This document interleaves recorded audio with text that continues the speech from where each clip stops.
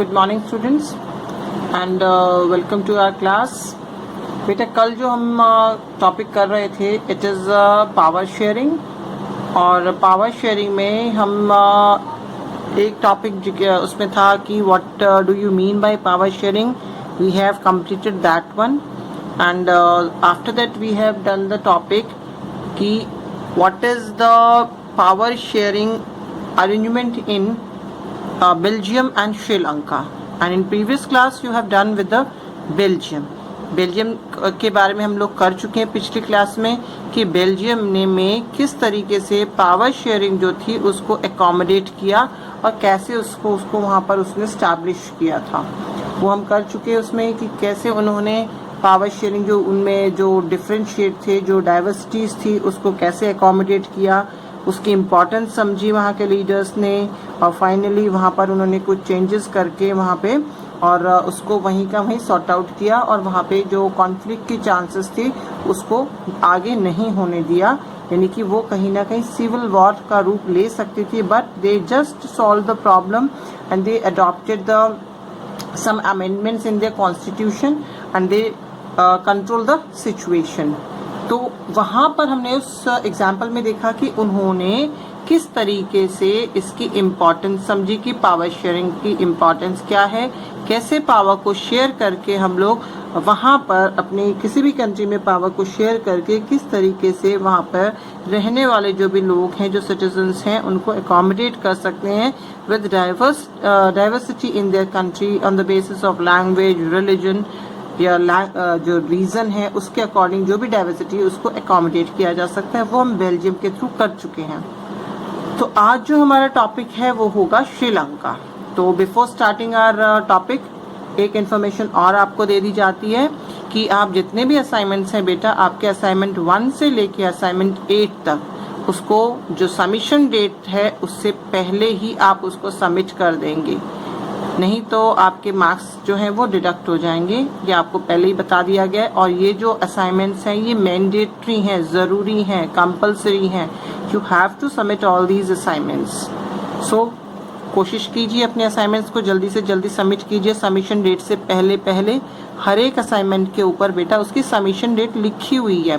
आपका पहला असाइनमेंट उसमें है रिसोर्स एंड डेवलपमेंट में से है, सेकेंड असाइनमेंट आपका हिस्ट्री का है, फिर जितने भी आपके हैं उसमें हिस्ट्री के ज़्यादा मैक्सिमम हिस्ट्री के दिए हुए हैं आपके, तो नंबरिंग के अकॉर्डिंग आपको असाइनमेंट्स उसमें दे रखे हैं।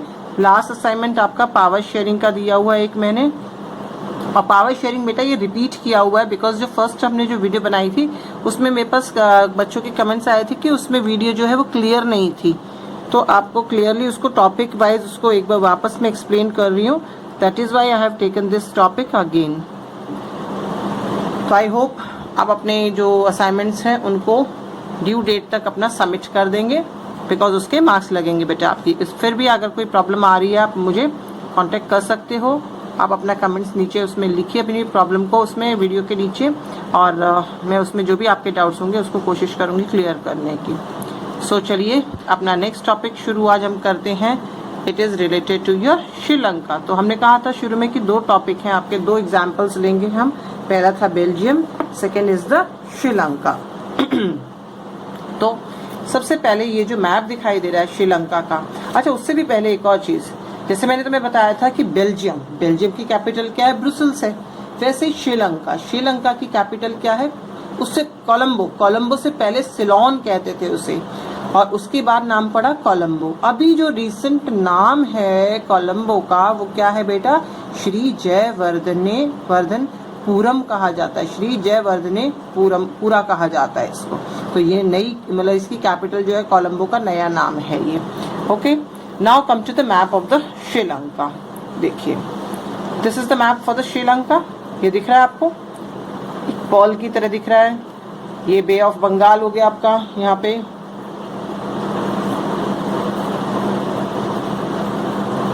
बे ऑफ बंगाल हो गया ये। ओके, नाउ ये जो कॉन्टिनेंट है बेटा, ये not continent sorry this country, ये एक आइलैंड कंट्री है, ठीक है। यहाँ पर डाइवर्स कंपोजिशन है on the basis of religion and on the basis of language also. और इस मैप के अकॉर्डिंग हम देखते हैं, आपको 3 कलर दिख रहे होंगे यहाँ पे, एक orange, brown and yellow, 3 colours आते हैं ना। तो बेटा और ऊपर की तरफ यहाँ पे दिख रहा है ये जो है ये जोड़ रही है, इसको पार्क स्ट्रेट कहते हैं। पढ़ चुके हैं आप अपना 9th में भी कि it is the park straight which join Sri Lanka and India. इस तरफ इंडिया आ गया। ओके, तो ये जो आपका आइलैंड है, आइलैंड कंट्री है, इसमें जो कलर्स दे रखे हैं 3 कलर्स, ये जो येलो पोर्शन, पहले उससे पहले हम लोग इसकी ज्योग्राफिकल कंपोजिशन देखते हैं कि ज्योग्राफिकल कंपोजिशन यानी कहाँ लोकेट है, किधर है, क्या है। तो सबसे पहला ये कौन से कॉन्टिनेंट में आएगा, एशिया कॉन्टिनेंट में आएगा। वो कौन से में था, बेल्जियम, यूरोप में था। फिर ये कहाँ पे लोकेटेड है, it is located in the bay of Bengal, यानी कि यहाँ पे बे ऑफ बंगाल के पास है। और किसके पास है, प्लस ये इस तरफ जो हमारा इंडिया का जो आपका तमिलनाडु का जो एरिया है वहां पर है ये।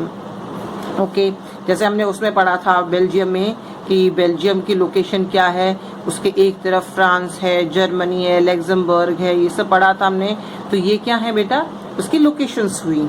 सो पॉपुलेशन का जैसे हमने पढ़ा था कि उसकी पॉपुलेशन कितनी, अराउंड 1 करोड़ है, हाफ ऑफ दिस है आपका हरियाणा जो है उसके बराबर है वो। ऐसे ही श्रीलंका, श्रीलंका जो है एशिया कॉन्टिनेंट में है, बे ऑफ बंगाल है उसमें लोकेटेड है। उसकी जो पॉपुलेशन है अराउंड 2 करोड़ पॉपुलेशन है इसकी। और यहाँ पर ये क्या है आपका तमिलनाडु कोस्ट है, उसके आसपास ये लोकेटेड है। सो ये इसकी हो गई लोकेशन। ओके, फाइनली अब बात करते हैं हम, यानी ये जो हमने भी बताया ये क्या है बेटा, इसका ज्योग्राफिकल कंपोजिशन, यानी ज्योग्राफिकल कंपोजिशन है किस तरीके से कहाँ पर लोकेटेड है ये तो हुआ क्लियर। अब बात करते हैं हम ये 3 पोर्शन, देखो आप अपना ध्यान से देखो इसको। अब इसमें बेटा ये जो ऑरेंज, पहले ये देखते हैं येलो पोर्शन। येलो पोर्शन जो है श्रीलंका में बहुत डाइवर्स जो है लोग रह रहे, अलग अलग विभिन्न तरह के लोग रहते हैं, अलग अलग भाषा बोलने वाले लोग रहते हैं वहाँ पे। तो मेनली बेसिकली 2 भाषा है वहाँ पे, सिनेला है एक और एक है तमिल भाषा। Okay, now this yellow portion, ये जो येलो पोर्शन है बेटा, ये वो लोग हैं पॉपुलेशन के जो कि सिनेला भाषा बोलते हैं, सिनेला लैंग्वेज बोलते हैं, इनको सिनेलास कहा जाता है लोगों को ही। ठीक है, अब आता है ये जो ऑरेंज पोर्शन है, ये जो ऑरेंज पोर्शन है बेटा ये तमिल भाषा बोलते हैं। ये जो ब्राउन पोर्शन है ये भी तमिल भाषा बोलते हैं। ओके, अब ये भी तमिल बोलते हैं, ये भी तमिल बोलते हैं। तो बेटा इनके कलर्स क्यों अलग अलग कर रखे हैं शेड मैंने, तो डिफरेंस है इनमें। ये तमिल्स हैं बट दे आर डिफरेंट।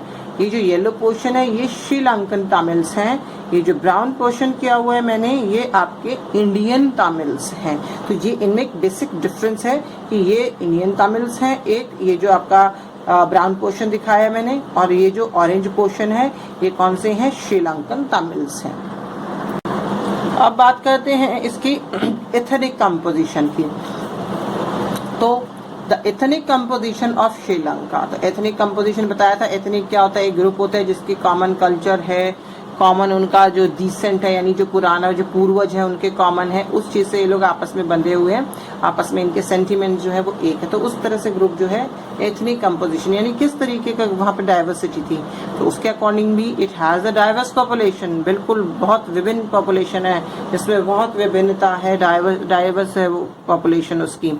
तो अराउंड 74% की बात करते हैं हम, तो 74% जो पॉपुलेशन है यहाँ पर they live in central.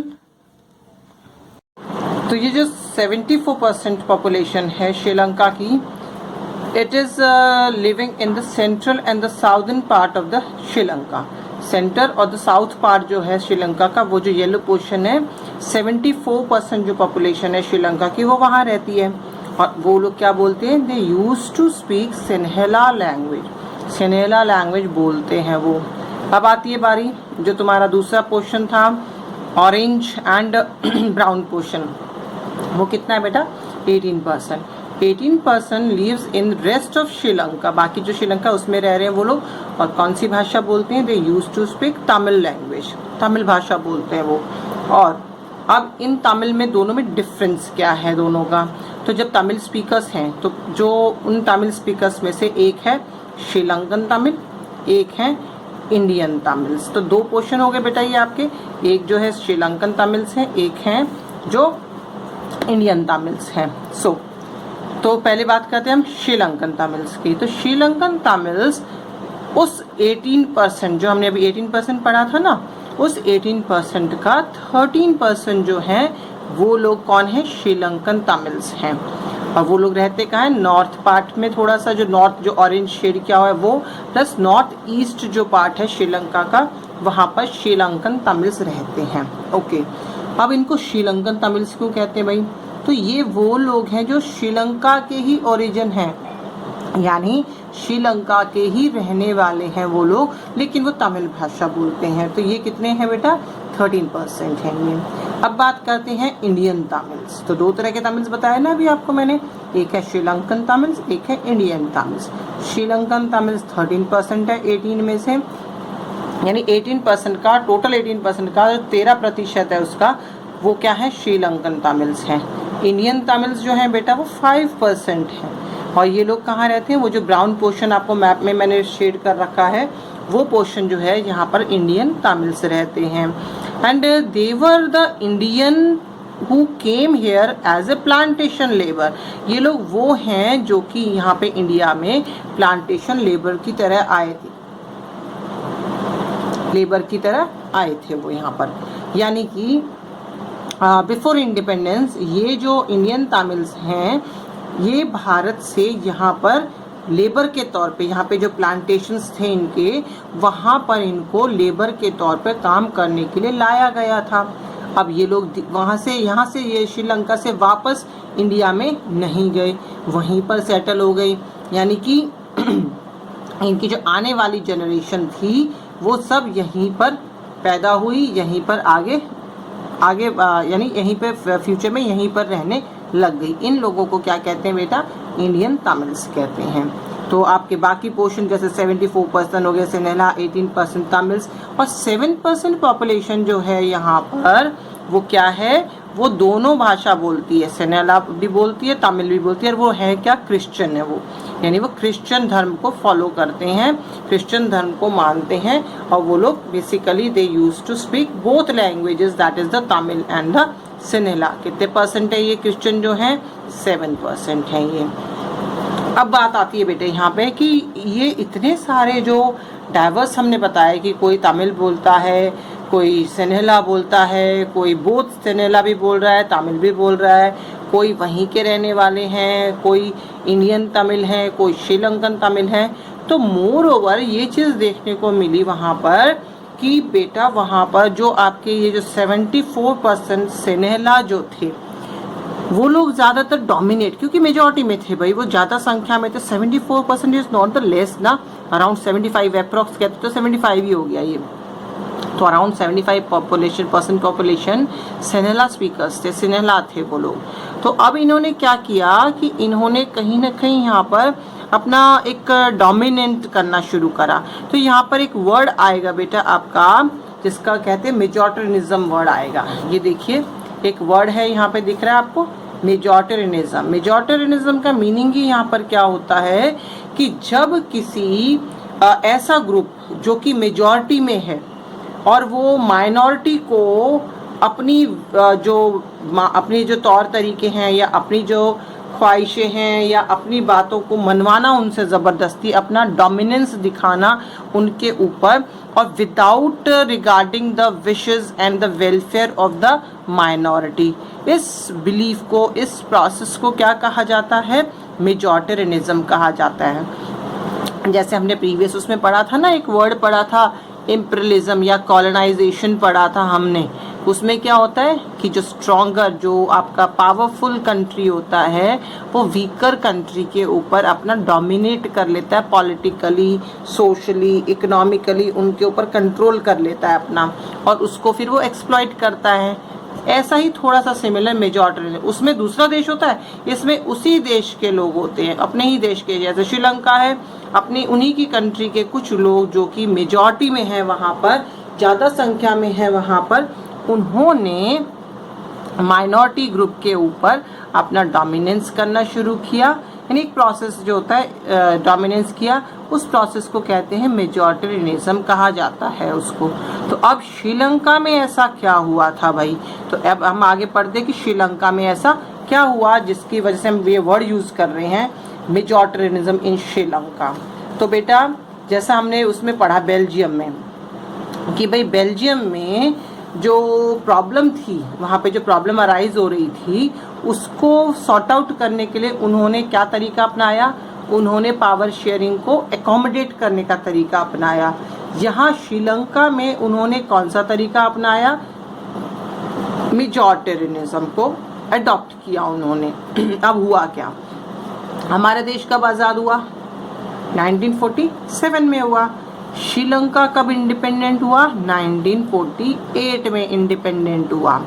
Okay, जब ये इंडिपेंडेंस हो गई इनकी, तो जो सिन्हेला लीडर्स थे, जो लीडर्स थे सिन्हेला कम्युनिटी के, उन्होंने कोशिश करी डोमिनेट करने की और उन्होंने सब वही कुछ ऐसे कदम उठाए जिसमें मेजॉरिटेरियन मेजर्स जो थे वो कदम उठाए उन्होंने।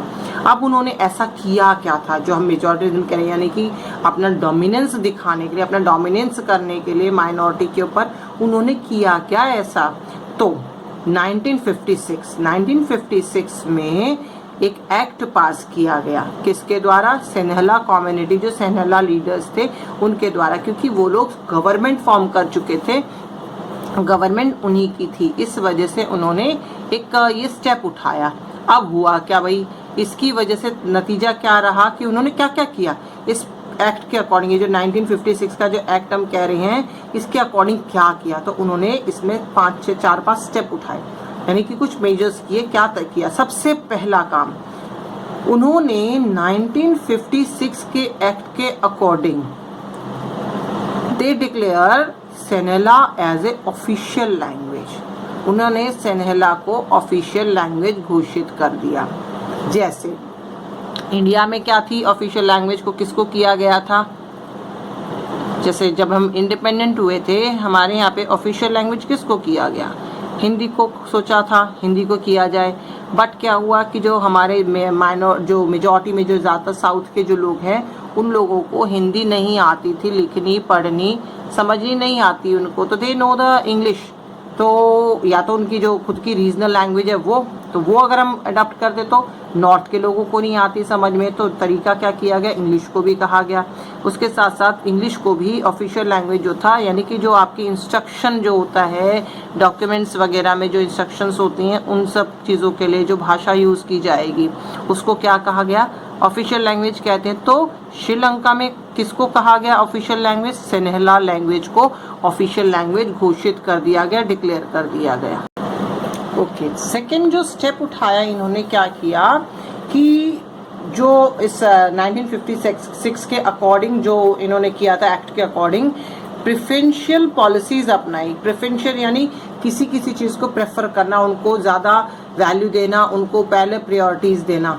क्या किया इन्होंने कि favouring Sinhalese for university education and government job. भाई उन्होंने क्या किया कि जैसे हमारे यहाँ क्या राइट होते हैं कि सबको इक्वल अपॉर्चुनिटी है, इन्होंने क्या गड़बड़ कर दी कि उन्होंने अपने 1956 के एक्ट के अकॉर्डिंग उन्होंने जो यूनिवर्सिटी एजुकेशन में एडमिशन हुआ या फिर गवर्नमेंट जॉब के लिए कोई अप्लाई करता है उसमें किसी को लेना, उसके लिए इन्होंने सबसे पहले प्रेफर किसको किया, सिन्हेला को, कि भाई ये जॉब होगी एडमिशन होगा ये पहले किसको दिया जाएगा, सिन्हेला जो है इनको ही दिया जाएगा।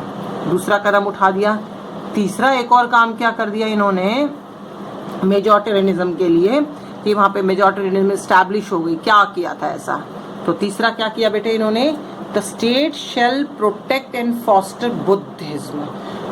जो सिन्हेला थे ये लोग बौद्ध धर्म को मानते थे, बुद्धिज्म को फॉलो करते थे, और इन्होंने कहा कि जो राष्ट्रीय धर्म है या फिर जो जिस रिलीजन को प्रोटेक्ट किया जाएगा उसको बढ़ावा दिया जाएगा वो कौन सा होगा, बुद्धिज्म होगा। ना हिंदुज्म ना इस्लाम ये सब कुछ नहीं, ना क्रिश्चियनिटी, ओनली बुद्धिज्म। जैसे हमारे यहाँ पे क्या है, हमारे यहाँ पे ये तो नहीं है कि किसी एक धर्म को फॉलो किया जाता है फॉस्टर, कि भाई यहाँ पे मेजॉरिटी में जैसे आपके हिंदूज हैं तो वहाँ पे हिंदुज्म को फॉलो किया जाएगा, भाई सभी हिंदू को मानेंगे बाकी किसी धर्म को नहीं है। यहाँ पे ये सब नहीं है क्योंकि we are country is secular country, we have the secularism in our country. So their secularism word का मीनिंग क्या है बेटा, सेक्युलर कंट्री का मतलब क्या हो कि ऐसा देश या country where no particular religion is the national religion, किसी को नहीं इसमें। And every religion is treated equally and they were given the respect equally. That country is called the secular country. We have the secularism in our country. There are so many religions are there. Around 8 religion होते हैं पूरे, उसमें maximum हमारे यहाँ पे सारे पाए जाते हैं. Whether it is your Hinduism, Islam, Christianity, Buddhism, Jainism, Zoroastrianism हो गया, पारसी हो गया, ये सभी के सभी हमारे यहाँ पे पाए जाते हैं. लेकिन इनमें से हमने ये नहीं कहा कि कोई भी एक धर्म जो है हमारा वहाँ पे क्या है, नेशनल रिलीजन है, राष्ट्रीय धर्म है. नो, कोई नहीं है हमारे यहाँ पे, कोई भी राष्ट्रीय धर्म नहीं है. No this religion is there which is the national. हमारे यहाँ पे सेक्युलरिज्म है. All religions are equal. तो यहाँ पर इंडिया से अब वापस आते श्रीलंका. तो यहाँ पे ये 3 चीज़ें इन्होंने कर दी, जिसकी वजह से नतीजा क्या निकला बेटा इसका, कि इसका नतीजा क्या हुआ कि वहाँ पर जो भाई तमिल्स रह रहे थे, उन लोगों को क्या लगा कि हम यहाँ रह तो रहे हैं लेकिन वी आर एलियंस, हम लोग एलियन हैं. यहाँ पे एलियन का मतलब यहाँ पे ये नहीं है किसी ग्रह से आ गया कोई. एलियन का मतलब यहाँ पर हो गया कि स्ट्रेंजर हैं, हम लोग अजनबी हैं भाई. अपने ही देश में हम तो अजनबी हैं, हम अपने देश में रह रहे हैं, but we are not given the rights, we are not given any political right, we are not given any equality. तो हम ये जो थे Tamils, they just feeling alienated, अजनबी फील कर रहे थे. एंड डिस्क्रिमिनेटेड, कि अपने लिए डिस्क्रिमिनेटेड फील कर रहे थे कि उनके साथ बहुत भेदभाव किया जा रहा है. ठीक है. दूसरा, they felt that their culture and the language were not regarded. दूसरा क्या उनको महसूस हुआ कि उनका कल्चर, उनका जो भी उनके रीति रिवाज है, जो संस्कृति है, उसको प्लस उनकी भाषा को कोई सम्मान नहीं दिया जा रहा, कोई रिगार्ड नहीं दिया जाता उनको. क्यों? क्योंकि उन्होंने तो अपनी नेशनल लैंग्वेज किसको बना लिया था, सिनेला को. ऑफिशियल लैंग्वेज जो था सिनेला को बना दिया था, बाकी सबको एकदम से उन्होंने वो कर दिया था, उनको अनदेखा कर दिया, उनको डिसरिगार्ड कर दिया. तीसरा नतीजा बेटा कि इस मेजॉरिटेरियनिज्म का तीसरा नतीजा नहीं, तमिल्स जो थे वो क्या फील कर रहे थे, तो there political rights and the opportunities were denied. उनके जो पॉलिटिकल राइट्स थे, राजनीतिक राइट्स थे, कि भाई उनको भी अधिकार है, वो भी इलेक्शन में खड़े हों, उनको भी अधिकार दिया जाए समानता का, उनको भी जॉब वगैरह में दी जाए अपॉर्चुनिटीज, ये सब डिनाई कर दी गई, सब बंदिश लगा दी गई, सबको अनदेखा कर दिया गया. अब हुआ क्या भाई, इसका नतीजा क्या हुआ, ये सब हो गया. अब ये चुप तो रहते नहीं. क्यों? क्योंकि हर चीज की बुरी है. एक्सेस हुआ तो इन्होंने कहीं ना कहीं जो तमिल्स थे, इन्होंने प्रोटेस्ट करना शुरू करा, इन्होंने विरोध करना शुरू करा. अब इसका नतीजा क्या रहा कि दे लॉन्च द पार्टीज. उन्होंने अपनी अपनी पार्टीज बना ली भाई, उन्होंने स्ट्रगल करना शुरू कर दिया और वो डिमांड करने लग गए.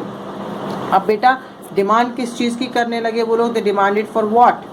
तो सबसे पहला उन्होंने किस चीज की डिमांड करी भाई, यहाँ पे they demanded for the recognisation of Tamil as an official language. उन्होंने कहा कि तमिल को ऑफिशियल लैंग्वेज बनाया जाए, यानी इसको भी रिकॉग्नाइज किया जाए. जैसे हमारे यहाँ पे हिंदी भी है, इंग्लिश भी यूज होती है, तो सेम यहाँ पर इसको कहा गया कि तमिल को भी ऑफिशियल लैंग्वेज का दर्जा दिया जाए. दूसरा, रीजनल ऑटोनॉमी दी जाए, जो भी एरिया वाइज है, हर एरिया में सबको अपने अपने अधिकार दिए जाएं. वो ये नहीं कि वो अपने रूल रेगुलेशन उनके ऊपर थोपें.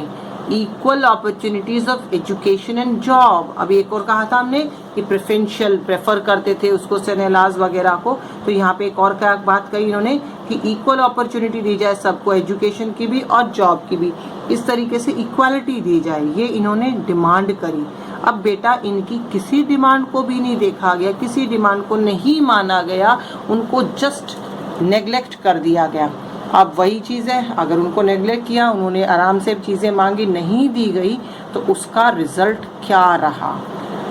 तो all these demands were denied, सभी डिमांड्स को डिनाइड कर दिया गया. नतीजा देखिए, 1980 में उन्होंने अपनी डिमांड को जब देखा गया कि भाई नहीं मानी जा रही है, तो उन्होंने डिमांड करने क्या चीज़ शुरू कर दी, सेपरेट स्टेट की, जिसको क्या कहा गया, तमिल इल्म, ELM, तमिल इल्म कहा गया. और इसको मांगने के लिए, यानी इसको आगे करने के लिए, जैसे हमारे देश में अलग अलग पार्टियां बनी थी उस समय, वैसे ही यहाँ पर इन्होंने एक पार्टी बनाई अपनी, जिसका क्या नाम था, LTTE, liberation tigers of Tamil इल्म. ये उन्होंने नाम दिया इस पार्टी का.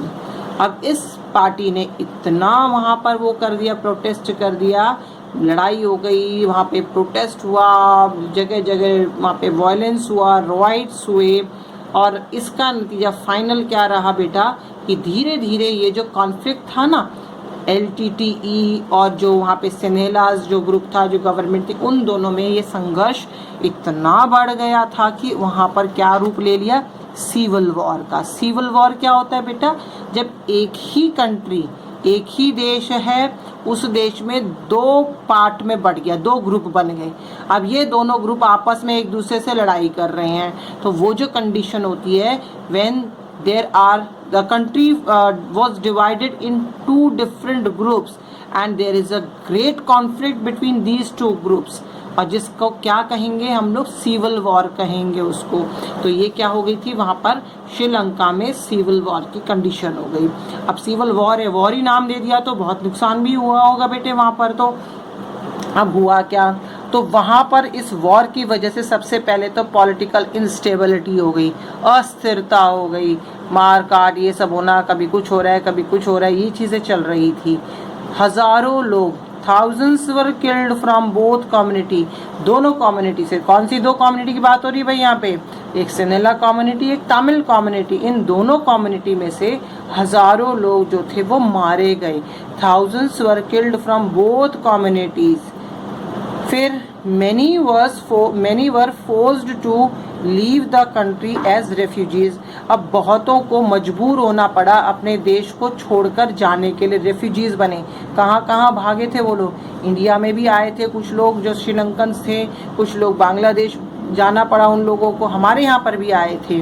तो हमारे यहाँ पे इस चीज़ का एक मैंने आपको बताया भी था कि LTTE जो था उसका क्या था कि वहाँ पर श्रीलंका में बहुत ज़्यादा उस समय वायलेंस हो गया था, तो कहीं ना कहीं इसको शांत करने के पर्पज़ से उनको, LTTE को शांत करने के लिए हमारे यहाँ से एक फोर्स भेजी गई थी जिसको कहते हैं पीस कीपिंग फोर्स। उस पीस कीपिंग फोर्स को भेजने के लिए कौन, उस समय हमारे इंडिया में जो प्राइम मिनिस्टर थे वो कौन थे, राजीव गांधी जी थे। उन्होंने अपनी एक ये पीस कीपिंग फोर्स भेजी थी, सेना भेजी थी शांति वहाँ पे स्थापित करने के लिए, और वहाँ पर कुछ हद तक इस प्रॉब्लम को सॉर्ट आउट भी किया गया था। लेकिन इसका नतीजा क्या रहा कि जो LTTE के जो मेंबर्स थे वो इंडिया से बहुत नाराज़ थे, बेसिक मतलब मेनली आपके राजीव गांधी जी से। तो इसका नतीजा क्या रहा था कि जब कोई रैली कर रहे थे ये वहाँ पे बैंगलोर वगैरह इसमें आए हुए थे तमिलनाडु के आसपास, तब उस रैली में किसी विमेन ने एक ह्यूमन बॉम्ब बन के आई थी वो, और वहाँ पर एक ब्लास्ट हुआ था, जिस ब्लास्ट में, बॉम्ब ब्लास्ट में राजीव गांधी जो थे उनकी डेथ भी हो गई थी। तो वापस आइए श्रीलंका में, ये सब इंसिडेंट हुआ। Their economic education health record received great shock. वहाँ की जो इकोनॉमिक कंडीशन थी, आर्थिक स्थिति थी, पैसे से रिलेटेड जो स्थिति थी, एजुकेशन जो थी वहाँ के बच्चों की, लोगों की हेल्थ जो स्टेटस था उसका रिकॉर्ड किया गया, तो पता चला कि भाई वहाँ पर बहुत ही बैकवर्ड हो चुके थे, बहुत ही पिछड़ चुके थे वो लोग, क्योंकि ये सिविल वॉर में पूरी जो पॉपुलेशन थी उसमें इन्वॉल्व थी, कंट्री उसमें इन्वॉल्व थी। तो ये दो एग्जाम्पल्स आपने पढ़े बेटा, इन दो एग्जाम्पल्स के बेस पे। तो बेटा इन दोनों केसेस में एक डिफरेंस देखिए, क्या देखा कि बेल्जियम में जो बेल्जियंस थे, जो लीडर्स थे, डाइवर्सिटी वॉज एकोमोडेट, उनकी जो डाइवर्सिटी थी, विभिन्नता थी, उसको एकोमोडेट कर लिया। उन्होंने पावर को शेयर कर लिया, बांट लिया, और बांट कर धीरे धीरे उन्होंने क्या किया कि वहाँ पे जो प्रॉब्लम थी, कॉन्फ्लिक्ट होने की चांसेस थी, वो कॉन्फ्लिक्ट नहीं हुआ, because they have accommodated, they have share the power. अब उल्टा क्या हुआ यहाँ पे, श्रीलंका को देखते हैं। तो श्रीलंका में ये जो प्रॉब्लम थी ये क्रिएट हुई, किसकी प्रॉब्लम, जो आपस में कॉन्फ्लिक्ट हुई थी, आपस में सिविल वॉर हो गया था, ये जो सारी प्रॉब्लम थी ये किस वजह से हुई, because absence of power sharing. Power को शेयर नहीं किया उन्होंने, बांटा नहीं पावर को, एक ही हाथ में रखने की सोची उन्होंने, कहा कि हम ही रखेंगे। इस वजह से ओवरऑल वहाँ पर प्रॉब्लम क्रिएट हुई, और जिसका नतीजा क्या रहा, सिविल वॉर। तो ओवरऑल इस दोनों एग्जाम्पल्स के थ्रू बेटा आपको ये समझाया गया है कि पावर को क्यों शेयर करना चाहिए, क्या ज़रूरत है पावर को शेयर करने की, या उससे क्या बेनिफिट होता है, कैसे एक कंट्री जो होती है फ्लॉरिश होती है उसकी वजह से, और पावर शेयरिंग ना करने से क्या होता है, कैसे एक फ्लॉरिश्ड कंट्री एक डिजास्टर की तरफ चली जाती है, वहाँ पर सिविल वॉर हो जाता है, वहाँ की इकोनॉमी ठप हो जाती है। Everything was decline over there due to not sharing the power within the government और विद इन द कंट्री। ये एक रिजल्ट रहा उसका पावर को ना शेयर करने का। तो हम ये दो टॉपिक बेटा क्लियर कर चुके हैं कि पावर शेयरिंग होती क्या है और पावर को क्यों शेयर करना चाहिए, what is the importance to share the power. और दो एग्जाम्पल हम पढ़ चुके, Belgium and Sri Lanka. I hope ये दोनों टॉपिक आपको समझ में आए होंगे।